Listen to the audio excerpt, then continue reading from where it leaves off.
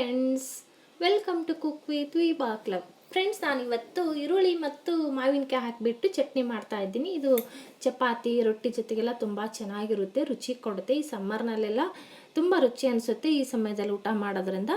So ನಾವು ಇಲ್ಲ ಅಂದರೆ ಖಾಲಿ ಟೈಮಲ್ಲಿ ಸಿಕ್ಕರೆ ನಾವು ಮಾಡ್ಕೋಬೋದು. ಇದು ತುಂಬ ಚೆನ್ನಾಗಿರುತ್ತೆ, ಆರೋಗ್ಯಕ್ಕೆ ತುಂಬಾ ಒಳ್ಳೆಯದು.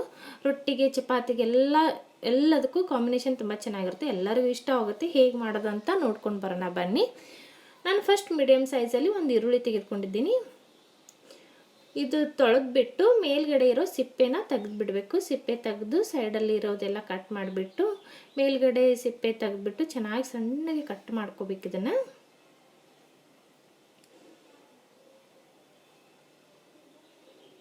ನೋಡಿ ಈ ಥರ ಕಟ್ ಮಾಡ್ಕೋಬೇಕು, ಸಣ್ಣಗೆ ಕಟ್ ಮಾಡ್ಕೋಬೇಕು. ಇದಾಗಿದೆ, ಇವಾಗ ಕಟ್ ಮಾಡಾಗಿದೆ. ಒಂದು ಸಣ್ಣದಾಗಿ ಬೌಲ್ ತಗೊಳ್ಳೋಣ.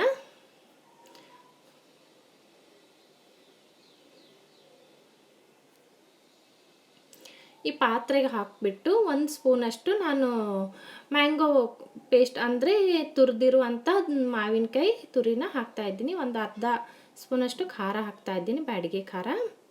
ಸ್ವಲ್ಪ ರುಚಿಗೆ ತಕ್ಕಷ್ಟು ಉಪ್ಪು ಹಾಕ್ಕೋಬೇಕು. ಜೀರಿಗೆ ಸ್ವಲ್ಪ ಹಾಕ್ತಾಯಿದ್ದೀನಿ, ಜಾಸ್ತಿ ಹಾಕಬೇಡಿ, ಕೈ ಬರುತ್ತೆ ಜೀರಿಗೆ ಜಾಸ್ತಿ ಆದರೆ. ಒಂದು ಅರ್ಧ ಟೇಬಲ್ ಸ್ಪೂನಷ್ಟು ಎಣ್ಣೆ ಹಾಕ್ತಾಯಿದ್ದೀನಿ. ಇದು ಎಲ್ಲವೂ ಚೆನ್ನಾಗಿ ಮಿಕ್ಸ್ ಮಾಡ್ಕೋಬೇಕು. ನಾವು ಹಾಕಿರೋಂಥ ಖಾರ ಮತ್ತು ಉಪ್ಪು ಮಾವಿನಕಾಯಿ ಎಲ್ಲ ಹೊಂದ್ಕೋಬೇಕು. ನಾನು ಮಾವಿನಕಾಯಿ ತುರಿದು ಎತ್ತಕ್ಕೆ ಹಾಕ್ತಾಯಿದ್ದೀನಿ ಅಂದರೆ ಕಟ್ ಮಾಡಿ ಹಾಕ್ತಾಯಿಲ್ಲ. ಕಟ್ ಮಾಡಿ ಹಾಕಿದ್ರೆ ಒಂದೇ ಸಲಕ್ಕೆ ಹುಳಿ ಬಂದುಬಿಡುತ್ತೆ ಬಾಯಿಯಲ್ಲಿ. ಅದಕ್ಕೆ ನಾನು ತುರಿದು ಹಾಕ್ತಾಯಿದ್ದೀನಿ. ತುರಿದು ಹಾಕೋದ್ರಿಂದ ಎಲ್ಲ ಕಡೆಗೂ ಹೊಂದ್ಕೊಂಡು ಬಿಡುತ್ತೆ, ಅದಕ್ಕೋಸ್ಕರ ನಾನು ತುರಿದೇ ಹಾಕ್ತಾಯಿದ್ದೀನಿ. ತುಂಬ ಚೆನ್ನಾಗಿರುತ್ತೆ.